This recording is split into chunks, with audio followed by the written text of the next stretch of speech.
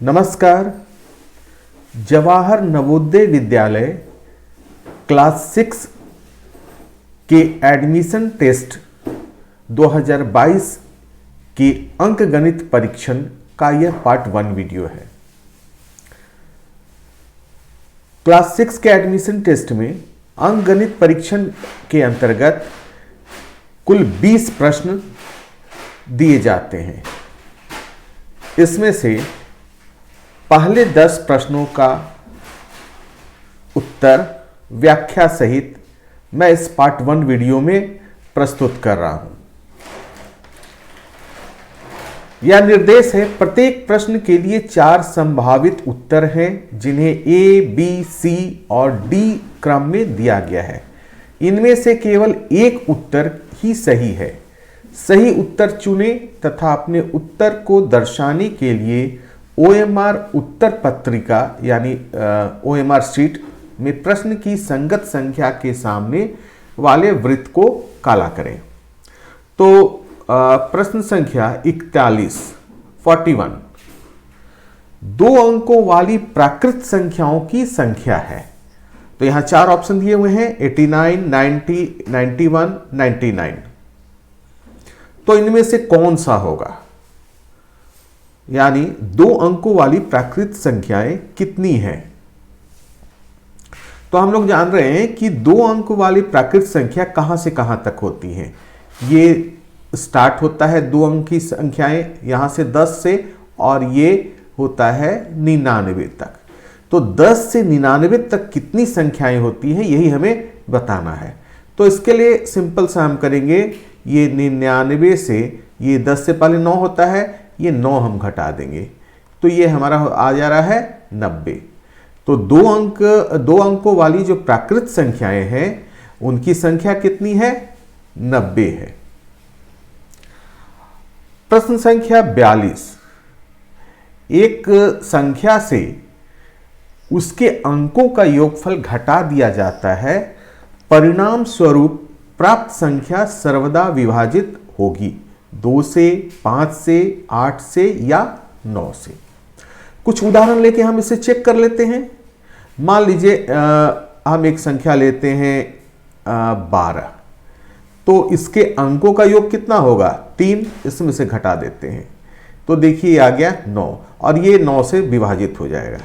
चलिए एक और संख्या लेते हैं, ये चलिए 35, तो इसके अंकों का योग कितना होगा? 5 और 3 8। तो इसे अगर हम 35 से 8 घटा देते हैं तो ये आता है कितना? 27। ये भी देखिए 9 से विभाजित हो रहा है पूरा पूरा।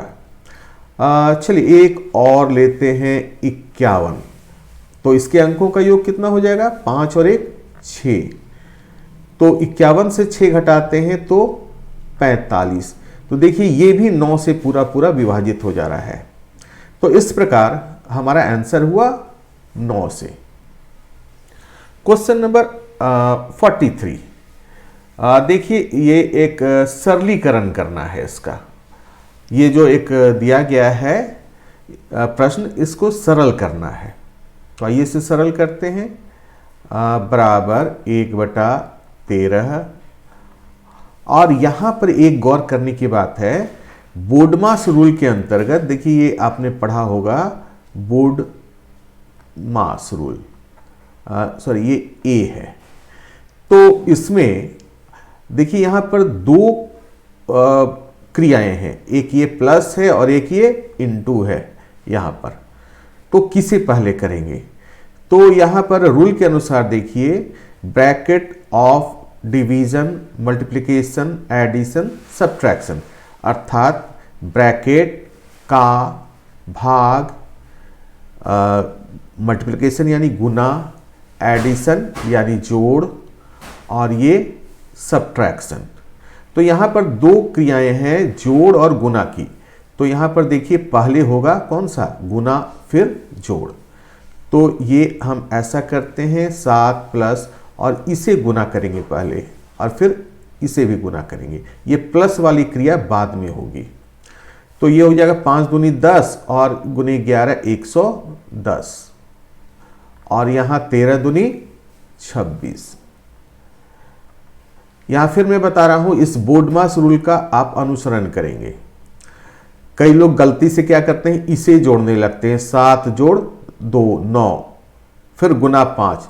तो ये आपका गलत तरीका है, क्योंकि ये बोडमास रूल के अनुसार नहीं है।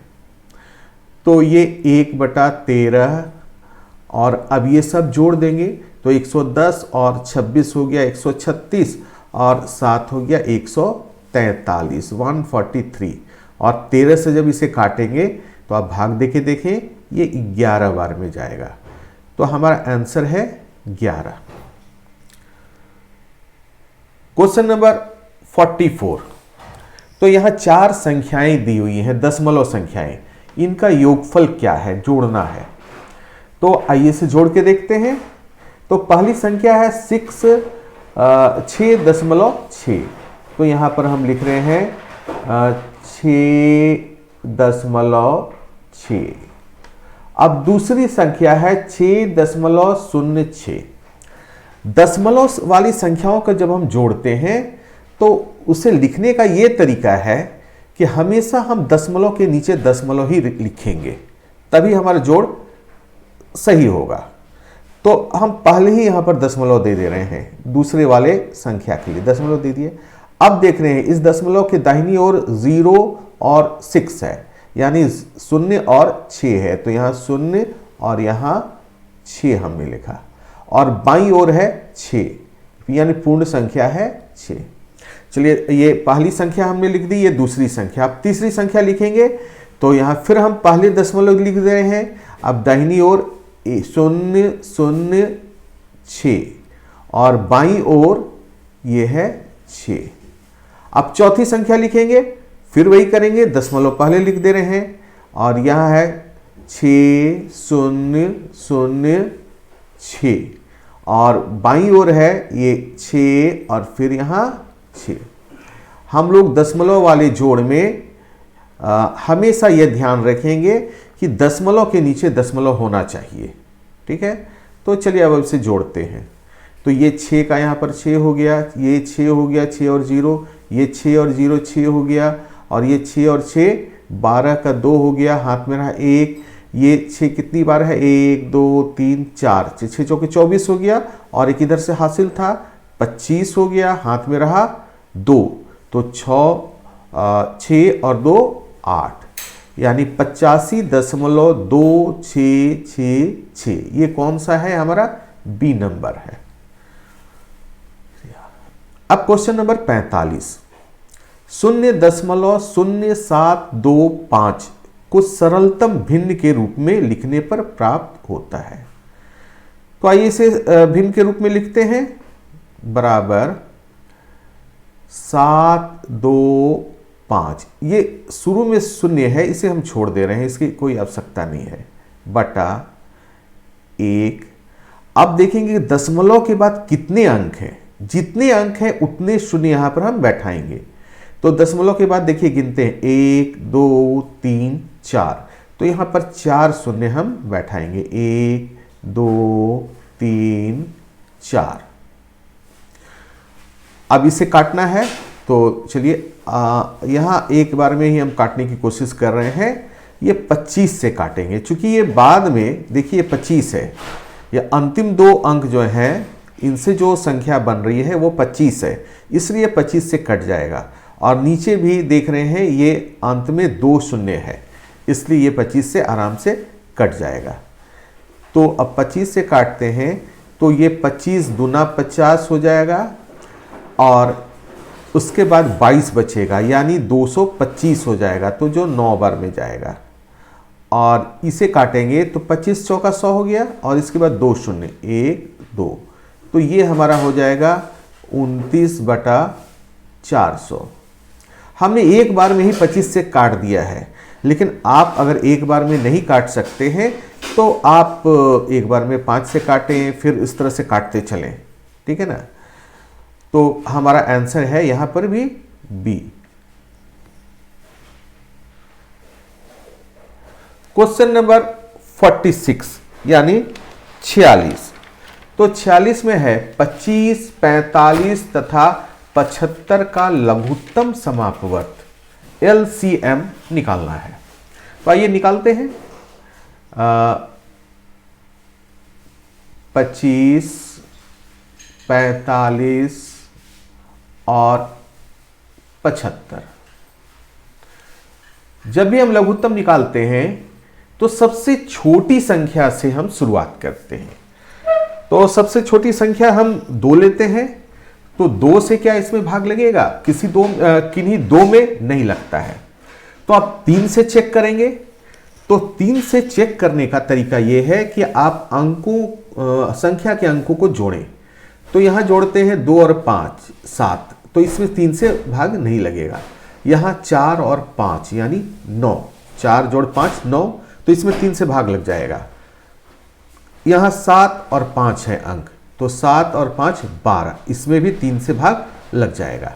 तो इसलिए हम भाग देंगे सबसे पहले 3 से। तो इस 25 में तो नहीं जाएगा, तो इसे हम उतार दे रहे हैं। फिर ये 3 से 45 में जाएगा। 15 तिया 45 हम जानते हैं, और ये 75 में भी जाएगा, क्योंकि 25 तिहाई 75 हम जानते हैं। अब देख रहे हैं, तो अब देखेंगे कि 3 से सिर्फ 15 में जाएगा, इन दोनों में नहीं जाएगा। तो हम 3 से भाग नहीं देंगे, हम देंगे अब 5 से, क्योंकि 5 से इसमें आराम से जाएगा, क्योंकि सभी की इकाई में 5 है।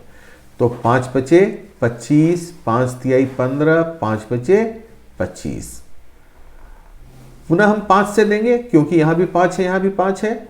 तो 5 एका 5, और ये 3 उतार दिए, 5 एका 5। तो लौसा हमारा हो जाएगा लौसा बराबर 3 गुना 5 गुना 5 गुना 3।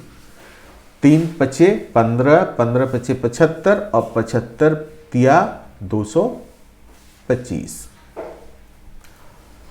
Question number 47। 4 अंकों की छोटी से छोटी संख्या को अभाज्य संख्याओं के गुणनफल के रूप में व्यक्त करने पर प्राप्त होता है। तो 4 अंकों की सबसे छोटी संख्या कौन सी होती है? 1000 इकाई, ये 1000। तो इसका हम अभाज्य गुणनखंड करते हैं। तो इसमें सबसे छोटी संख्या जिससे हम भाग देंगे वो 2 है। 2 पचे 10, ये 0 0 हो गया। 500 फिर 2 से जाएगा, हम जानते हैं 500 का आधा हो जाता है 250। फिर 2 से जाएगा, तो इस बार हो जाएगा 125। अब ये 2 से नहीं जाएगा, क्या 3 से जाएगा? अंकों को जोड़ के देखते हैं।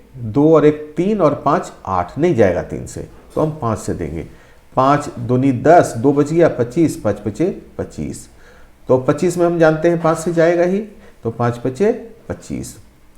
तो अब देखें कि कौन सा हमारा अभाज्य। ये 5 गुना 5 गुना 5, 3 बार 5 और 3 बार 2 आया है। तो ये वाला है 5 गुना 5 गुना 5 गुना 2 गुना 2 गुना 2। ये सी नंबर हमारा आंसर है। क्वेश्चन नंबर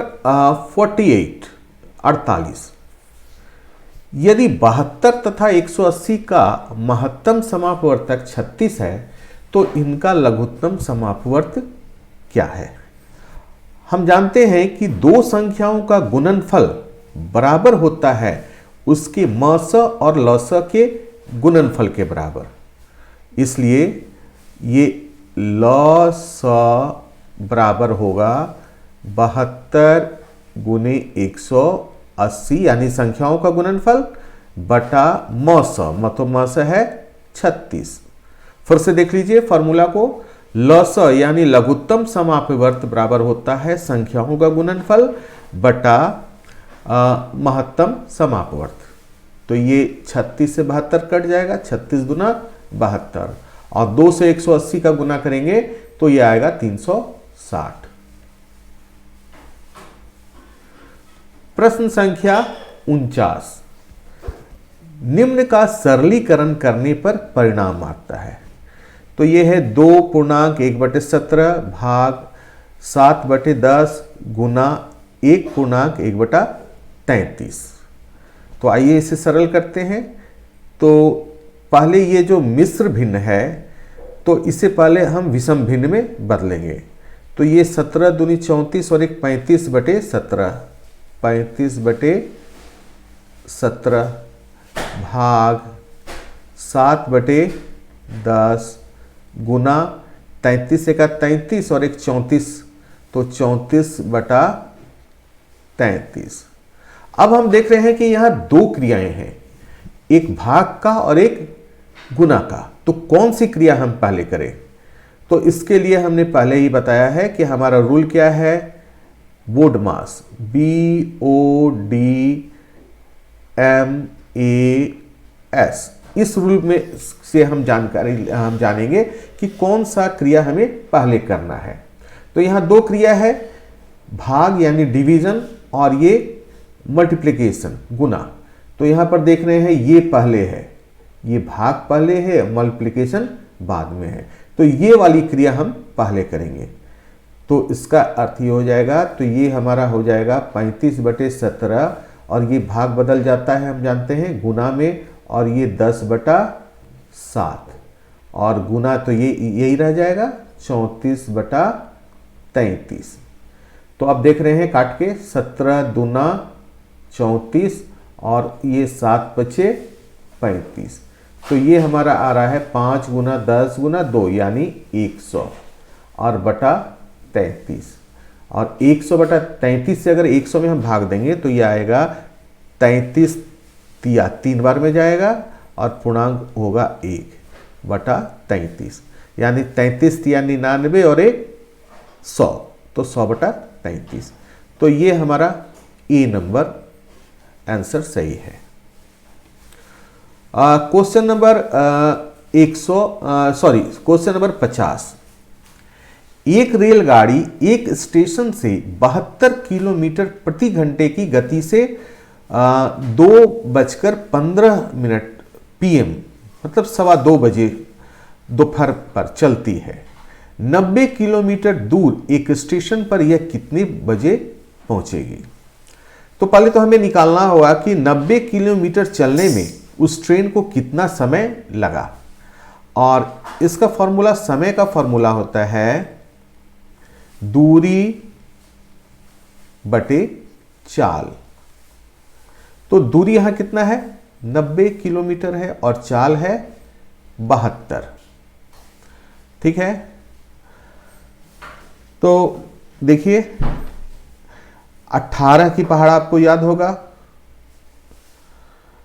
तो 18 चौके 72 और 18 पचे 90, यानी 5/4 क्या है, घंटा। 5/4 घंटा मतलब ये हो गया 1.1/4 घंटा। तो यहां पर एक तो पूरा घंटा हो गया, और 1/4 घंटा का मतलब क्या हुआ, 15 मिनट। अब देखिए इसके समय लग रहा है 1 घंटा 15 मिनट, और 2:15 पर ये स्टार्ट होती है, चलती है। तो अब इसमें हम 1 घंटा 15 मिनट जोड़ देते हैं, 2:15, इस समय गाड़ी खुली थी ट्रेन। अब इसमें 1 घंटा 15 मिनट हम जोड़ देते हैं, तो ये हो गया 15 और 15 30, और यहाँ 2 और 1 3।